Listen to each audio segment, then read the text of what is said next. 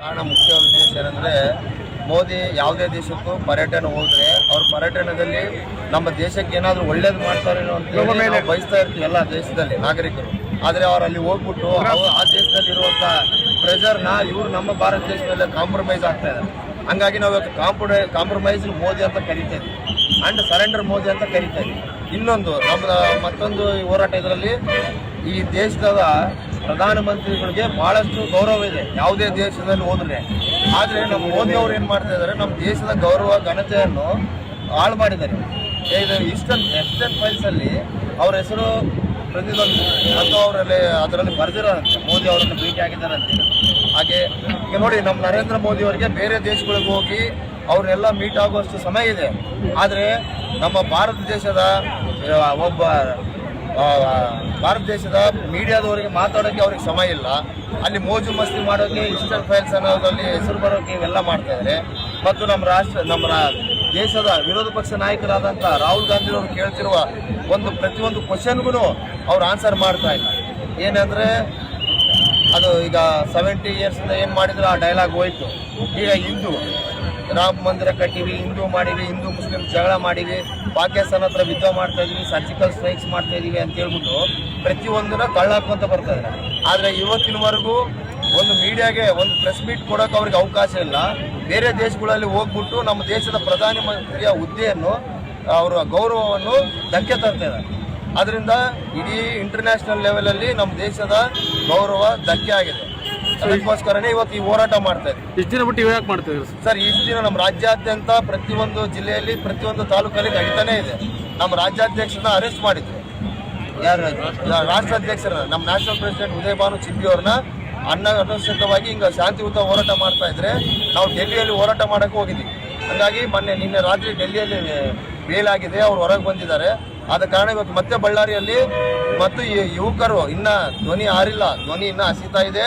ಮತ್ತೆ ಉದ್ಯೋಗ ಅವಕಾಶಗಳಿಗೋಸ್ಕರ ನಾವೇನು ಹೋರಾಟ ಮಾಡ್ತಾ ಇದೀವಿ ಅದು ಇನ್ನೂ ಹೆಚ್ಚು ಸಂಖ್ಯೆಯಲ್ಲಿ ಮಾಡ್ತೀವಿ ಅಂತೇಳಿ ಈ ಹೋರಾಟ ಮಾಡ್ತೇವೆ. ಸರ್, ಅದು ಮೋದಿ ಅವರು ಹೇಳ್ಬೋದಲ್ಲ, ಮೋದಿ ಹೆಸರು ಐತಾ ಇಲ್ಲ ಅಂತ ನಮ್ಮ ಕ್ವಶನ್ ನಾವು ಹಾಕಿದ್ವಿ. ಸಮಾಧಾನ ಯಾರು ಕೊಡ್ಬೇಕು? ಅದಕ್ಕೆ ನರೇಂದ್ರ ಮೋದಿ ಅವರೇ ಕೊಡಬೇಕು. ಲೋಕಸಭೆಯಲ್ಲಿ ನಮ್ಮ ವಿರೋಧ ಪಕ್ಷ ನಾಯಕರು ಕೇಳಿದ್ದಾರೆ, ಅವ್ರೇನ ಸಮಾಧಾನ ಉತ್ತರ ಕೊಟ್ಟರು. ಅದಕ್ಕೆ ಅವ್ರು ಬೇಕಾದ್ರೆ ನಿಮ್ಗೆ ಯಾವತ್ತಾದ್ರೂ ನಿಮ್ಮ ಕ್ವಶನ್ ಉತ್ತರ ಕೊಟ್ಟರೆ ಮೀಡಿಯಾದವ್ರಿಗೆ ಇಲ್ಲ. ಇನ್ನೊಬ್ರು ನಮ್ಮ ಜಿಲ್ಲಾಧ್ಯಕ್ಷರು ಗ್ರಾಮೀಣ ಬಳ್ಳಾರಿ ಯೂತ್ ಕಾಂಗ್ರೆಸ್ ಅವರು ಮಂಜುನಾಥ್ ಅಂತೇಳಿ ಅವರು ಮಾತಾಡ್ತಾರೆ. ನೀವು ಇನ್ನೂ ಏನೋ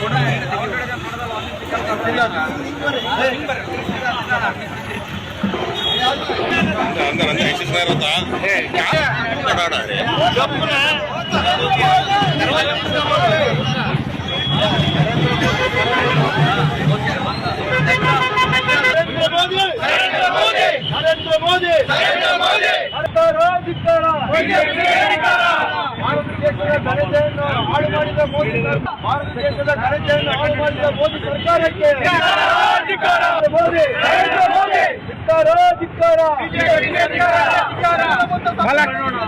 ನರೇಂದ್ರ ಮೋದಿ ಅವರಿಗೆ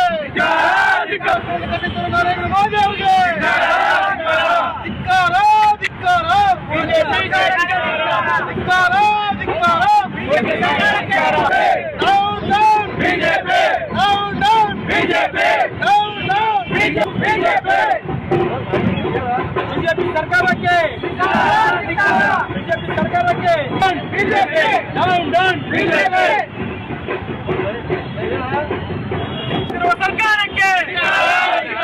इडली सांभर अच्छा है, इडली सांभर अच्छा है.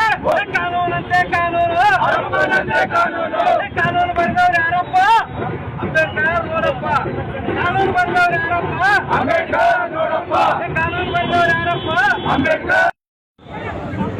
ಇವತ್ತು ನಡೆದ ಪ್ರತಿಭಟನೆ ಕಾರಣ ಮುಖ್ಯ ಉದ್ದೇಶ ಏನಂದ್ರೆ, ಮೊನ್ನೆ ನಡೆದ ಶೃಂಗಸಭೆ ಜಾಗತಿಕ ಶೃಂಗಸಭೆಯಲ್ಲಿ ಮೊನ್ನೆ ನರೇಂದ್ರ ಮೋದಿ ಅವರು ನಮ್ಮ ದೇಶದ ಅತ್ಯುನ್ನತ ಹುದ್ದೆ ಮತ್ತು ಅತ್ಯುನ್ನತ ಅಧಿಕಾರವನ್ನು ಕಾಂಪ್ರಮೈಸ್ ಆಗಿದ್ದಾರೆ ಅಂತಂದೇಳಿ ಏನು ಇವತ್ತು ನಮ್ಮ ರಾಷ್ಟ್ರದ ವಿರೋಧ ಪಕ್ಷದ ನಾಯಕರು ಇವತ್ತೇನು ಹೇಳ್ತಾ ಇದ್ದಾರೆ. ಅದಕ್ಕೆ ಯಾವುದೇ ರೀತಿ ಇವತ್ತು ಅವರು ಪ್ರತಿಕ್ರಿಯೆ ಕೊಟ್ಟಿಲ್ಲ.